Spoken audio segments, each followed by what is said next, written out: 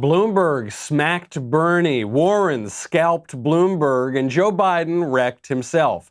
We will examine the highlights from the wildest 2020 Democratic debate so far, and specifically how Mike Bloomberg fundamentally misunderstands the presidency.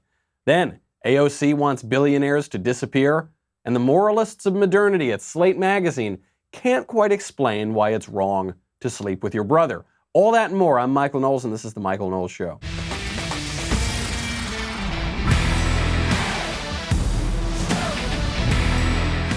Hoo boy, is there a lot to get to. Mike Bloomberg finally makes the Democratic debates interesting. Sparks flew. This was a brutal, brutal debate.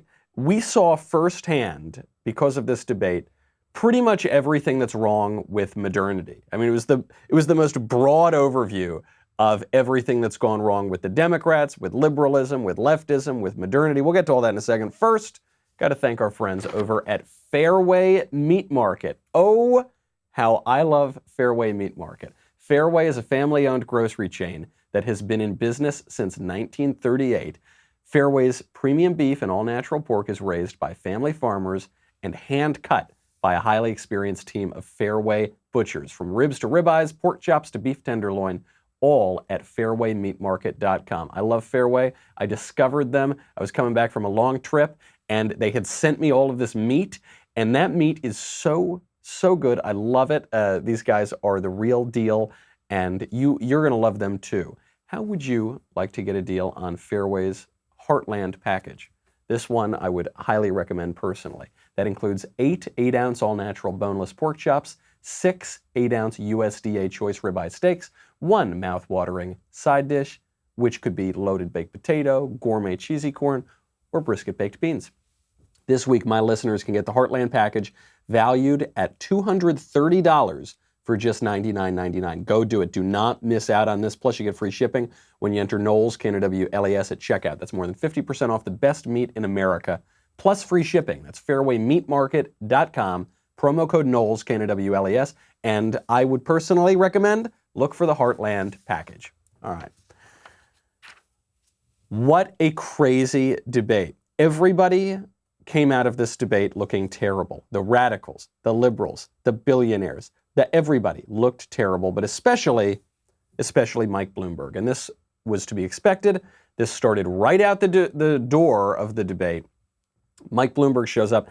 Everybody is going after him, and Bloomberg simply wasn't prepared. So Warren kicked it all off by attempting, she later completed this, but she attempted to just absolutely end Bloomberg's campaign before it began. I'd like to talk about who we're running against. A billionaire who calls women fat broads and horse-faced lesbians. And no, I'm not talking about Donald Trump. I'm talking about Mayor Bloomberg. Democrats are not going to win if we have a nominee who has a history of hiding his tax returns, of harassing women, and of supporting racist policies like redlining and stop and frisk. All right, Bloomberg's team completely blew this if they did not prepare him for this question. This was obviously going to be a big question because it's very difficult to attack Mike Bloomberg. He's had an extremely successful career. He's a Democrat, so he holds most of the politically correct political positions. But because he runs any large enterprise, there are these NDAs and obviously there's always HR issues. So they're going to try to portray Mike Bloomberg, who's a very good manager of these enterprises, as some kind of sexual predator. Because what? Because he made a joke 20 years ago or something. Bloomberg should have seen that coming. His team didn't prep him. No surprise that the geniuses who thought that a campaign strategy was putting Bloomberg's face on a meatball on social media, that somehow they would botch debate prep. But what's so crazy about that moment is Bloomberg could have seen it coming because it's the exact moment that happened to Trump in his debate 4 years ago. And you remember that first debate, Trump comes out there, everyone's gunning for Trump, and they tried to hit him on the same thing. They said, you've made mean jokes about women. And Megyn Kelly was the moderator, and she said, Mr. President, he wasn't president then, said, Mr. Trump, you've called women fat and ugly and terrible. And instead of doing what Mike Bloomberg did, which was wilt and don't say anything, and then you say, I'm sorry, Trump leaned right into it. You've called women you don't like fat pigs, dogs, slobs, and disgusting animals. Your Twitter account. Only Rosie O'Donnell. No, it wasn't. One of the most memorable lines in presidential debates, and I remember watching it in real time in 2016 and thinking, oh man, this guy's really got something. This guy is not going to be pushed around. This guy understands how to play the media. And Bloomberg blew it. Now, Bloomberg couldn't have used the exact same line. They couldn't have said, Mike Bloomberg, you've called women horse-faced lesbians. And then Bloomberg leans in and says, only Susie in accounting. Yeah, right. That obviously isn't going to work. But he could have gotten aggressive.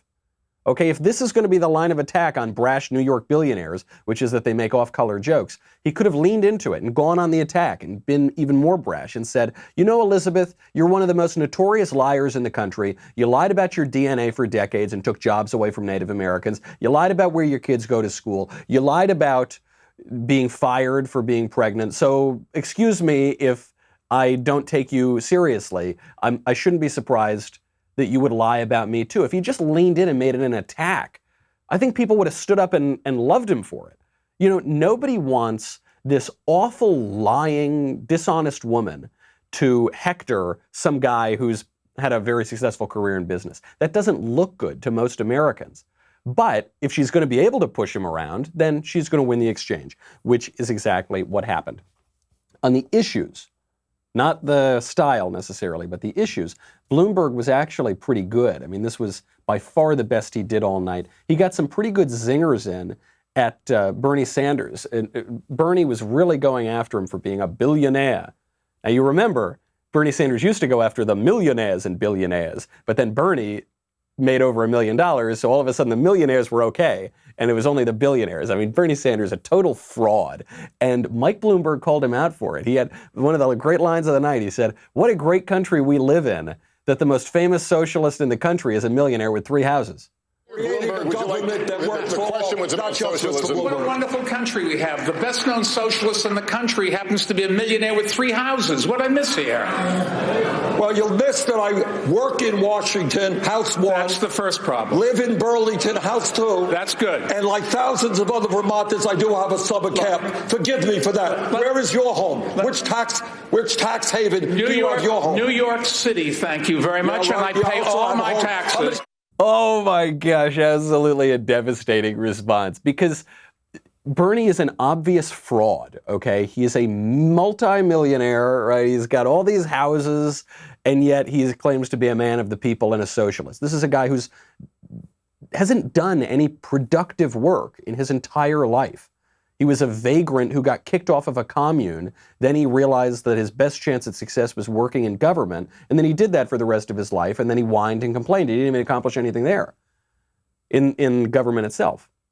So Bloomberg goes out. He goes, yeah, Bernie, you're a complete fraud and you're a millionaire and you have multiple houses. And Bernie had no answer for that. Bernie said, okay, well, yeah, I work in Washington. And Bloomberg, he's got that New York, that dry, just hits you. He goes, yeah, that's the first problem. He goes, and Bloomberg didn't have an answer, or Bernie rather didn't have an answer for his third home because it's a summer home. And he goes, well, I have a summer home, like, you know, so many Americans. Do so many Americans have summer homes? Wow, it's news to me. I guess I got to become one of those so many Americans because I sure would love a summer home. So he really gets that zing in there. And even then he tries to deflect it by hitting Bloomberg on having a tax haven, but Bloomberg doesn't live in a tax haven. He lives in New York and pays extremely high taxes. So that was a great line. Speaking of taxes, there was a wonderful exchange where Bernie said, you know, the billionaires pay lower taxes than the middle class, which is simply not true. But Bloomberg actually got a great line of attack, and he leans in and he says, Bernie, who writes the tax code? Right? Bloomberg just runs a business. Bernie Sanders is a senator. It's the politicians who write the tax code, right? So then Bernie tries to flip it. He says, the billionaires write the politicians at the behest of the billionaires write the tax code. So Bernie's admitting that the politicians are all bought off. But then the punchline was, Bloomberg leans in there, he says, Bernie, most billionaires are Democrats. And they are. It's true. I think of the 10 richest people in the country, 7 of them are Democrats.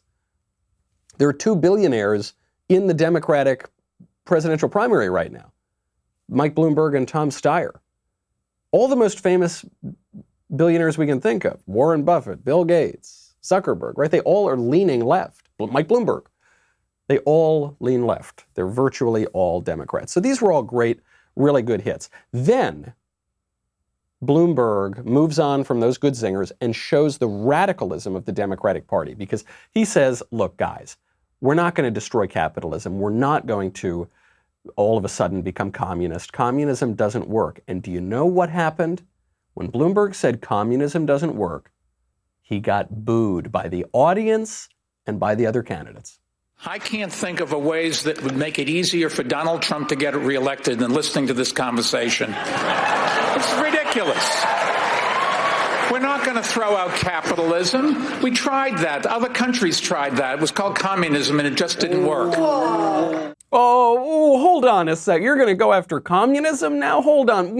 I don't know about that, guys. You see Elizabeth Warren, it pains her when he says communism just didn't work. She goes, well, hold on. You look at Bernie, it looks like he's about to collapse. What do you mean communism doesn't work?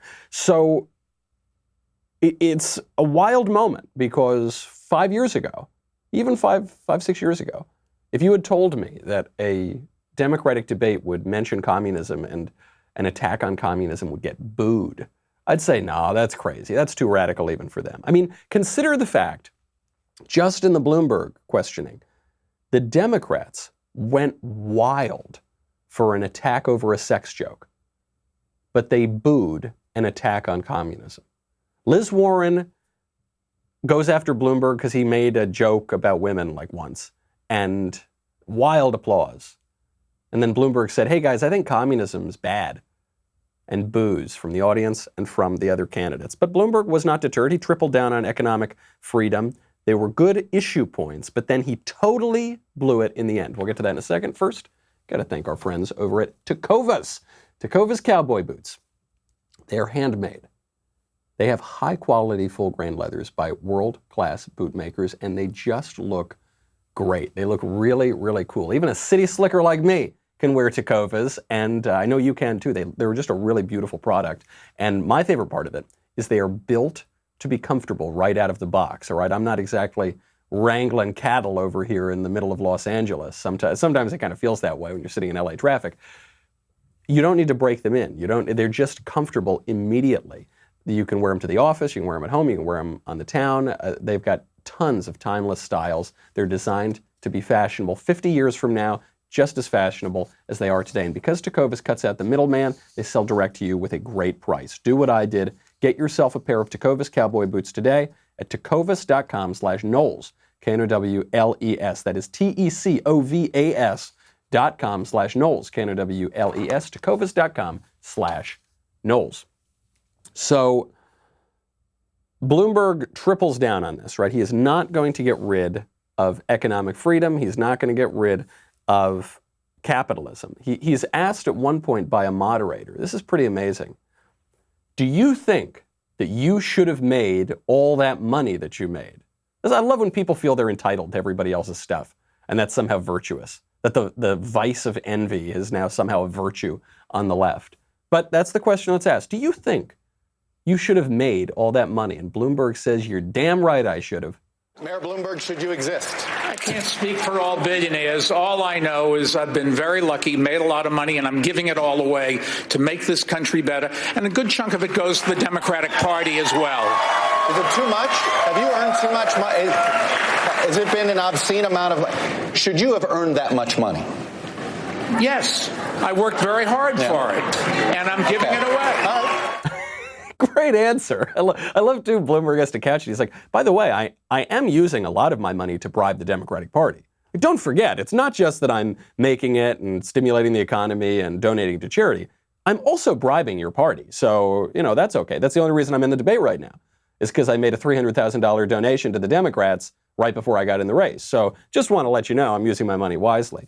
Obviously a little grift and cronyism going on here in the Democrats, but he makes a very good point. He goes, I worked very hard, and I'm giving all my money away. Think about how much money Mike Bloomberg gives to charity. He's one of the most philanthropic men in the country. How much money do you give to charity? How much money does Chuck Todd give to charity? How much money do any of the Democrats on stage? Bernie Sanders, oh my God, that guy, I don't know that guy ever gave to charity. It's a pretty low amount according to his tax returns.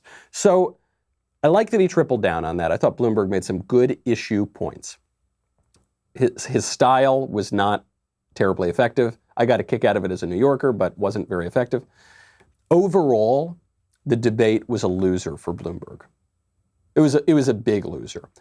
And the reason is he didn't accomplish the one thing that he was supposed to accomplish at this debate. He didn't connect with voters. Why else would he have shown up to this debate? He was already buying the primary. His numbers were surging, even though he had never appeared on a stage. Right? He was just buying a ton of airtime, spent like $500 million or something. Why show up and open yourself up to all of these attacks which he got? The only reason to do it is to connect with voters, to show you're not afraid, to show that you got something here. He didn't do that. If anything, he distanced himself from voters. Nowhere is that clearer than in his response to a challenge, one of these dumb political challenges. They say, are you going to release your tax returns? Now, I don't think politicians are obligated to release their tax returns, and actually in the post-Trump era, I don't know that they will be required to. But it's one of these old lines, and they especially use it against businessmen, because the tax returns of politicians are very easy, because they don't work in the productive economy, whereas the tax returns of businessmen are very complicated, and so there's a lot to pick apart and use in attack ads. And Bloomberg says, look, okay, I'll release my tax returns, but I'm a billionaire with businesses all around the world. It's not so easy. But he gave an answer that seemed pretty condescending and a little offensive to the regular old American voter. Your campaign has said that you would eventually release your tax records when it comes to transparency, but people are already voting now. Why should Democratic voters have to wait? It just takes us a long time. Unfortunately or fortunately. Could I comment on that? Fortunately, I make a lot of money, and we do business all around the world, and we are preparing it. The number of pages will probably be in the thousands of pages. I can't go to TurboTax. I got to tell you, I actually really liked this line. I thought it was pretty funny because it's such an obvious point. It's like, look, guys, I know you think that releasing my taxes is like I click print on my computer, but I'm Michael Bloomberg, okay? I have got a ton of business interests everywhere. This will be thousands of pages long. And yeah, you can't go to TurboTax, right? You can't walk to H&R Block and have them prepare your taxes.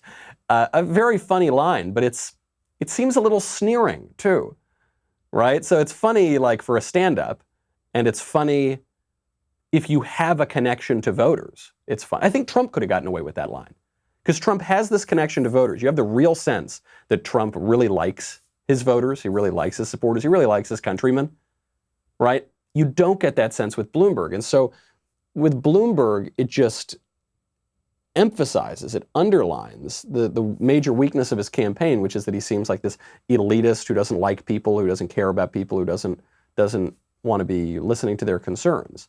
So, I can't go to TurboTax like you little people, like you peasants. I'm Michael Bloomberg. So he took a line that could have been pretty funny and just blew it because of his attitude. Then he blew it worst of all. This was the moment, nobody is talking about this, but I actually think it was the worst moment of the entire debate for Bloomberg. And I didn't see anybody really mention it on Twitter.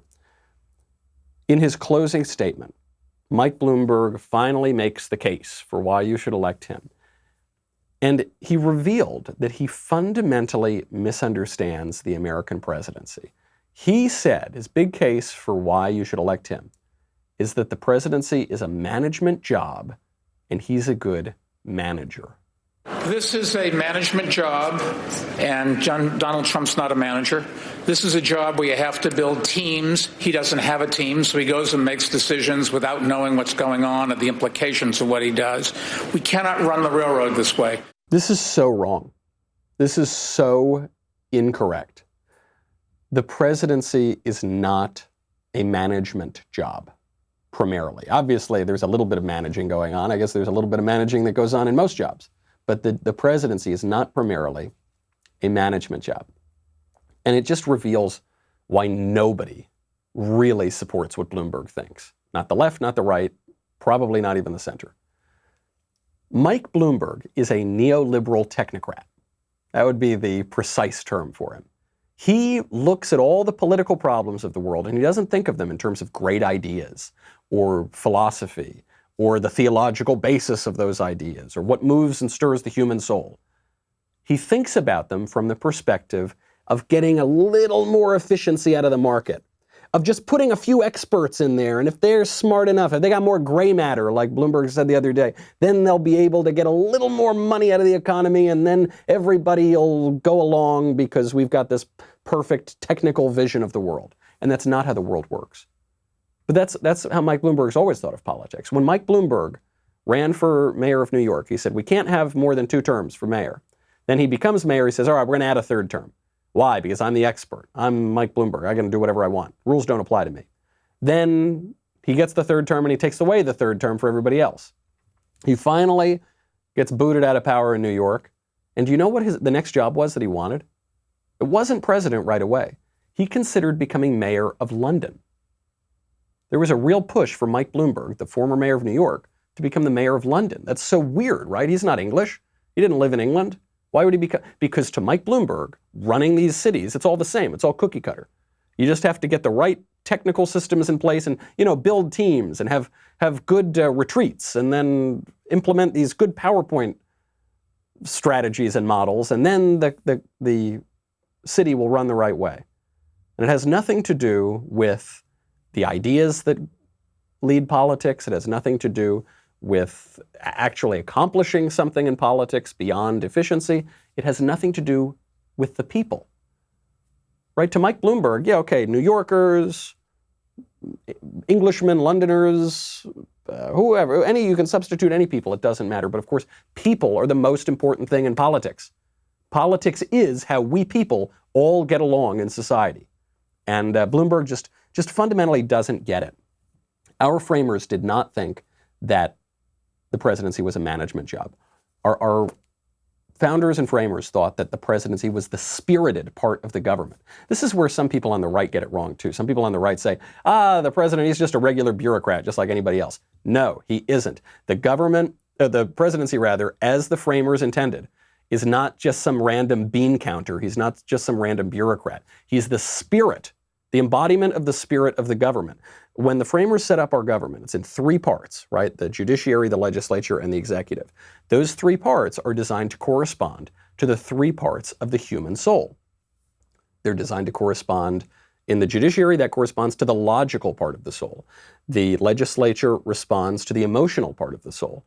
And the executive responds to the spirited part of the soul. In Greek, it would be the logos, the pathos, and the ethos. Right, but it's the 3 divisions of the soul, the 3 divisions of government. They work very well. But it's about the soul. It's about people. It's about great forces that move us, not just making some plastic goods a little bit cheaper and markets a little bit more efficient. That's why Bloomberg doesn't get it, and that's why very likely, even beyond all the other attacks on him all night, that is why very likely he's not going anywhere. The other candidates are all jokers too. We've got to get to AOC, by the way, being the future of the Democratic Party, and we've got to get to why Slate Magazine doesn't understand that a sister should not have sex with her brother. We'll get to all of that plus the mailbag first. Got to thank our friends over at Rock Auto. I love Rock Auto. You know I love Rock Auto. I love it because it's a family business. I also love it because it's so much better than all those chain stores. Chain stores have different price tiers for professional mechanics and do-it-yourselfers.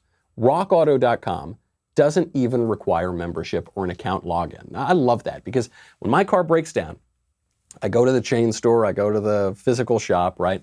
And they never have the part. They just go online and they order the part, probably from Rock Auto, and then they charge me a huge markup, and I don't know, and it's very opaque, and it's very hard to see what's going on. Not with Rock Auto. Rock Auto gives you fair prices all the time, everything from engine control modules and brake parts to tail lamps, motor oil, and even new carpet. Whatever car, whatever truck it's for, you can get everything in a few easy clicks. Even I can understand the website. Go to rockauto.com right now. See all the parts available for your car or truck. Write Knowles, Knowles, in their How Did You Hear About Us box, and then they will know that we sent you. rockauto.com. Okay. All the other candidates were jokers. That's no surprise at all.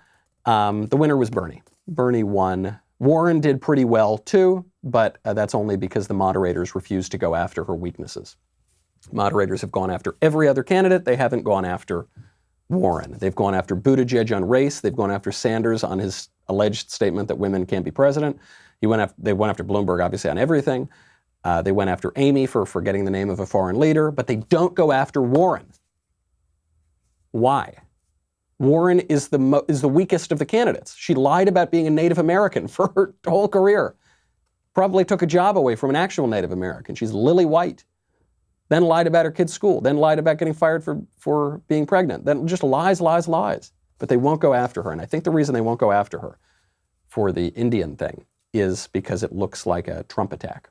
It's an attack that Trump has now totally owned. They don't want to be accused of playing into a Trump attack. They don't want to be accused of being harsh on women. They don't want to be accused of any of that. So they go easy on her. And even with all of that, she's still not doing very well in the polls. All radical candidates on that stage last night, with maybe the sort of exception of Mike Bloomberg, who got clobbered. What this shows us is that someone like AOC, who the DNC chairman Tom Perez said last year or 2 years ago was the future of the Democratic Party, it shows that she's not just some strange outlier or some exception. She really, really is the future of that party. While all the candidates were debating on stage with Bloomberg, AOC went on The View to actually serve up one of the questions from the debate. AOC went on The View. One of the questions from the debate from Chuck Todd was, hey, Mike Bloomberg, should you exist? That was from AOC, who said explicitly on The View, billionaires, right, they're our fellow countrymen, citizens of America, should not exist. Here's the thing is that if the amount of money that you have can force the DNC to change their rules, but the DNC would not change their rules for Cory Booker, Julian Castro, Kamala Harris, that is an actualization of power. And we all know how I feel about billionaires. I don't think that in a place where 60% of Americans can't even, make more than $40,000 a year, that the presence of a billionaire who largely makes their money off of businesses underpaying their workers like Walmart, like Amazon, like so on, should exist. Billionaires should not exist. They shouldn't exist.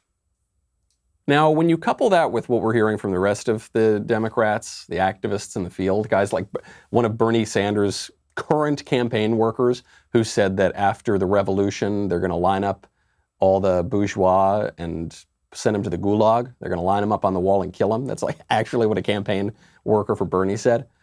And you hear this kind of language, it gets you a little worried because every radical socialist communist regime in history has had to liquidate classes of people. Liquidate is another word for murder. They've had to purge people. They've had to crack a few eggs to make an omelet. So that kind of language is not great. And you're hearing it from the young, fresh face of the party, AOC. Not a good sign. Not a good sign for the country. The one glimmer of hope, however, is that AOC is a hypocrite. And AOC revealed that in the same interview with The View, because she castigated all those rich men, and yet, right now she's campaigning for a rich man. Our entire political system revolves, frankly, around rich men. And rich men are not the center of my universe. Working families are. Yeah, okay, AOC. Well, what's interesting is AOC, the reason she hasn't been doing her job lately is because she's on the campaign trail for Bernie Sanders, who is a very rich man. He's an old rich man. That's like 3 strikes against him. So that is a lie. I mean, what she's trying to say, oh, men, rich men, they're not the center of my universe. Working families are. AOC doesn't answer the phone in her district office for those working families, but she does spend a lot of time on the campaign trail for Bernie Sanders. That's a little glimmer of hope. However, if the best hope we've got is Democrats' hypocrisy, I mean, that's something we can rely on, but it doesn't say very much about the Democratic Party. Before we get to the mailbag, I've got to talk about the grossest article. This was in Slate. It was a letter written into Slate Magazine. It's called "My Wife Wants Us to Have Sex with Her Brother." Not just that she wants to have sex with her brother, but she wants them both to. Here's the letter. Dear How to Do It. My wife and I have been in an open marriage for 5 years, so they're cheating on each other. They sleep with other people. On the whole, our relationship has been uncommonly open and supportive. definitely uncommonly open. We both strive to encourage one another to explore and even playfully push the limits, romantically and sexually. For as long as I've known her, my wife has been interested in incest role play. Okay? While it isn't my cup of tea exactly, I've been willing and happy to support her in her exploration of this kind of fantasy and role play. Often she will have me dress up as her father, wear his cologne, etc., while she will wear her high school clothes. Okay? Recently, though, things have started to move in an uncomfortable direction. Recently, not before. All that other stuff was comfortable. Wearing your dad's cologne, totally normal, but now it's moving in an uncomfortable direction. My wife is very close with her older brother, who is also bisexual, and with whom we often speak very openly about sex and sexuality. A few nights ago, and after a few drinks, my wife got to talking fairly explicitly about some of the family role-playing that she and I are into, and her brother, who I thought would be kind of horrified, was not only entirely supportive, but vaguely expressed interest in exploring this kink with us. Exploring this kink, by the way, is a euphemism for having sex. When we got home, I expected my wife to make it clear that her brother ever joining us in the bedroom was entirely off the table, but instead she seemed to think it was a really good idea. In principle, I don't have a problem with this idea. I've got to pause here for a second. If, in principle, you don't have a problem with you and your wife having sex with her brother, you probably don't have very many principles. You're probably not a very principled person if that is, in principle, you don't have a problem. My wife and I have also enjoyed group sex, orgies, and so that isn't the problem either. I'm just worried about how this could affect my relationship with my brother-in-law. Is there a way for me to make this happen without it getting weird? It's weird. It's weird, buddy. Slate doesn't have much of an answer to it. The advice columnist who responds says, well, look, if you're worried about how it's going to affect your relationship with your brother, then don't do it, basically, right? That's all it says. Doesn't explain in principle why this is a bad idea. So you'll notice what he says, right? He says, I'm kind of uncomfortable with this. This is a little weird. And then he refers to the family role-playing that he and she are into. But he just said he's not really into it. He's just doing it to humor her, right? He said, it's not my cup of tea, but then he says, I'm into it. So he's obviously not the manliest man in the world. He's obviously getting pushed around quite a lot here. All of the reasoning for why not to sleep with your wife's brother is very, it's just very subjective. It's very, well, if it'll affect your relationship. Well, if it'll make family dinners awkward. Well, if it'll make family dinners sexual. Well, if it, okay, it might just, situationally, it might not work out great. The reason not to have sex with your wife and her brother at the same time is because it's wrong. It is morally wrong. It is objectively wrong. Wicked. Not just a little bit creepy. It's actually wrong to do it. It's a violation of the moral order, on top of all the other gross aspects of it.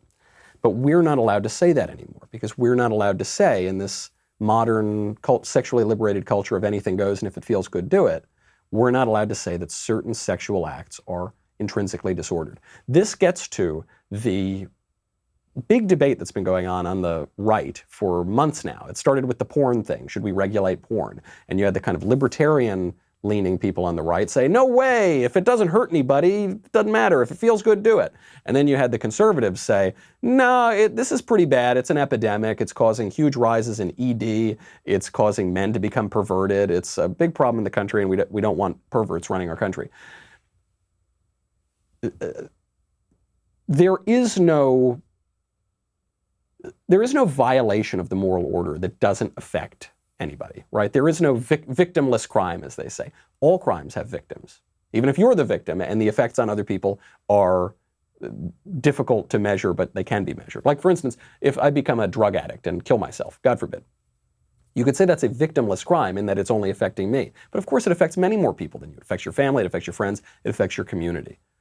That is just what happens with these violations of the moral order. You see it in Utah right now. Utah just passed a bill to legalize polygamy. Polygamy, much more understandable than having sex with your wife and her brother at the same time, but still a violation of our social and sexual mores today.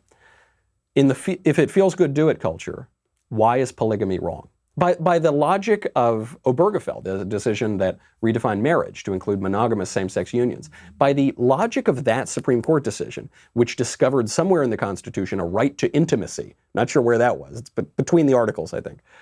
By the logic of it, why should marriage not be redefined again to include polygamy? Love is love. If it feels good, do it. It's not hurting anybody. It's a victimless crime, right? And yet we all know, there's something wrong about that. There's something wrong. We all know there's something wrong about sleeping with your wife and her brother at the same time. But we've convinced ourselves in this very narrow, rationalistic way, this shallow way, that we cannot take seriously moral discussion, moral disagreement. It all just has to be about us. Well, it doesn't really hurt me. It doesn't really affect me. That's not a mature moral discussion. It's not the discussion that our framers had. It's not the discussion that any of our ancestors had who built this great civilization. And if we don't start having that discussion again, we're not going to have the civilization for very long. Okay, we got to get to the mailbag, running late as usual. I want to bring your attention to a possibly overlooked but highly valued Daily Wire membership tier. That is the Reader's Pass. A Reader's Pass gets you the articles ad-free, including Ben Shapiro's op-eds, which are exclusive for Daily Wire members only. You also get access to our mobile app to read all of our stories and receive push notifications for breaking news and special content. Perfect when you want to stay up to date on the go. This membership tier is already a bargain at $3 a month, but if you are still a little doubtful, if you're not a billionaire like Mike Bloomberg or a millionaire like Bernie Sanders, listen to this offer right now. You get 1 month for 99 cents. 99 cents. That's mobile ad-free access to all of the Daily Wire news, exclusive op-eds from Ben Shapiro, and breaking news and updates on our mobile app, all for the low price of $1. So go check it out. You will not be disappointed. DailyWire.com. We'll be right back with the mailbag.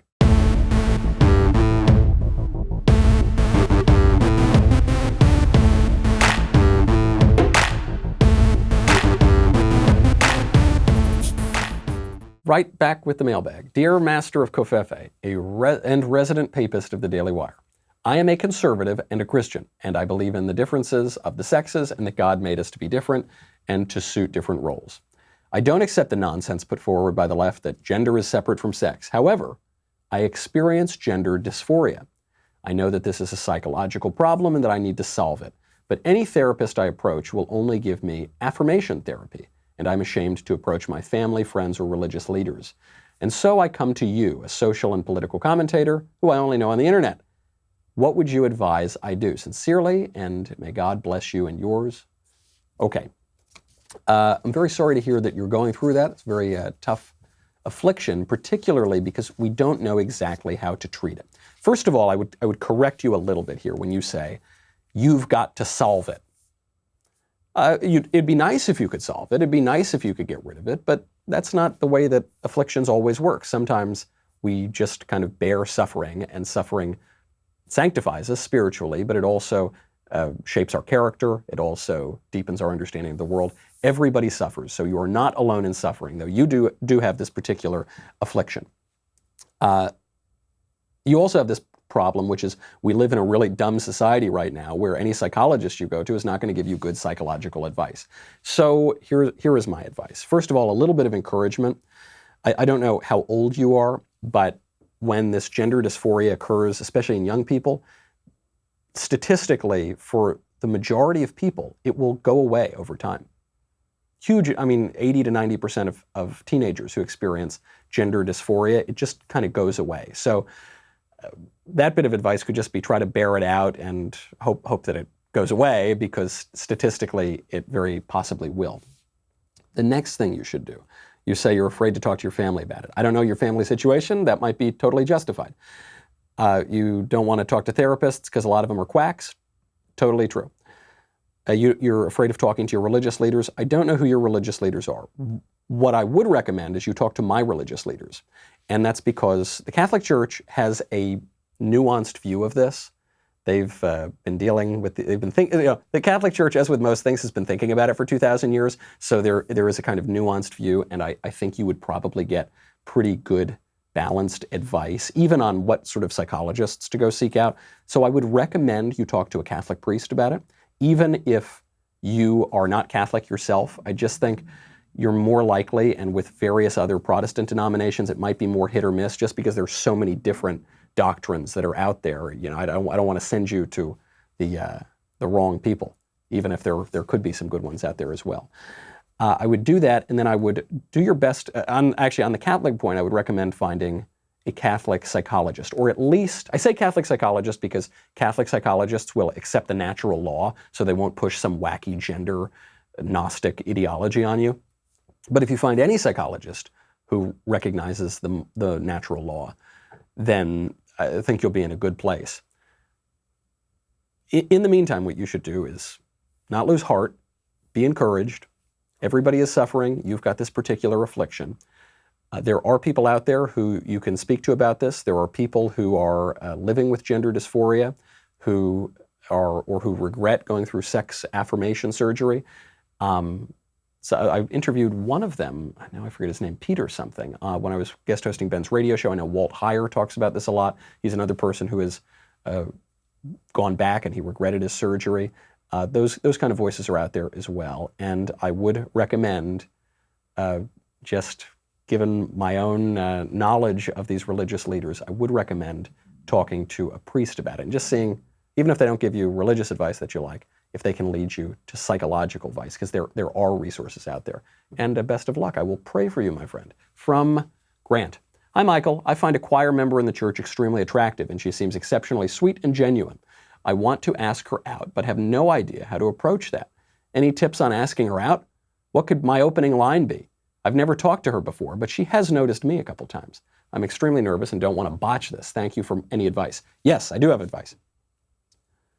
How about you open with a compliment? This is now in our kind of ironic culture. The idea of complimenting somebody is unthinkable, but how about you try that? A real compliment, not flattery. People hate flattery, but actually, hey, that was a lovely cantata you sang. Oh, I really love this hymn. Wow, good choice. Those sort of things, right? And make it genuine. Oh, lovely dress. I mean, it could be as simple as that.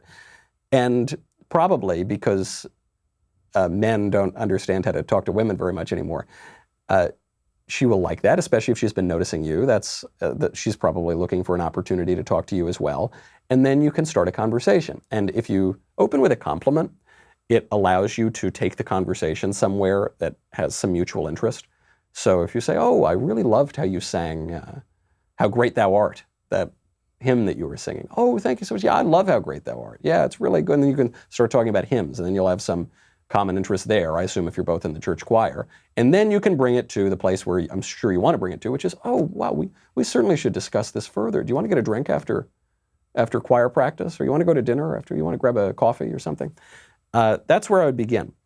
People always ask, how do I pick up a girl? And the answer is so simple that people overlook it, which is be genuinely interested in them. Be curious about what they have to say. Like them. Want to be around them. And I think you'll probably have a good shot, because it sounds to me like she's interested as well. Okay, from John. Dear Dr. Covfefe / Mr. Swalwell, thank you for using both of my names. Winner of the Iowa caucus. Good, thank you for using my title. Given Trump has been using the pardon power this week, I decided to refresh myself on the reasons for the pardon power and find myself unsatisfied by James Madison's rationale that the executive has the power to check the criminal justice system when it goes awry. It seems to be generally abused by presidents. Trump has used it relatively sparingly. If you had your druthers, would you erase the pardon power altogether? Huge fan of the show and your literary work. Thank you very much. I would not. I love the pardon power. I think it's great. I think the founders and framers were smart to put it in the Constitution because it humanizes the government. And after all, what is our government? It's our fellow humans governing us. So obviously, we're a nation of laws, not a nation of men. We have this justice. But justice without love, justice without mercy, is tyranny. It's brittle. It will crack. And so you need a little safety valve in there, and that safety valve is the pardon power. I love that the executive, the spirited part of our government, has the ability to do that. Some presidents abuse it. Bill Clinton abused it. Barack Obama certainly abused it as well. But I don't think Trump is abusing it, and I would rather run the risk of presidents pardoning too many people than not have that ability at all. All right, that is our show. We've got a lot more to get to, but, of course, we don't have time. We run out of time every single week. Tune back in on Monday. In the meantime, by the way, I should announce I'm going to fly out next week to Washington, D.C., because Senator Ted Cruz and I will be doing a live verdict podcast at CPAC this year. So if you're going to be at CPAC, we hope to see you there in the room. If not, go on out there. Maybe we'll see you there, and I'll see you on the East Coast. In the meantime, I'm Michael Knowles. This is The Michael Knowles Show.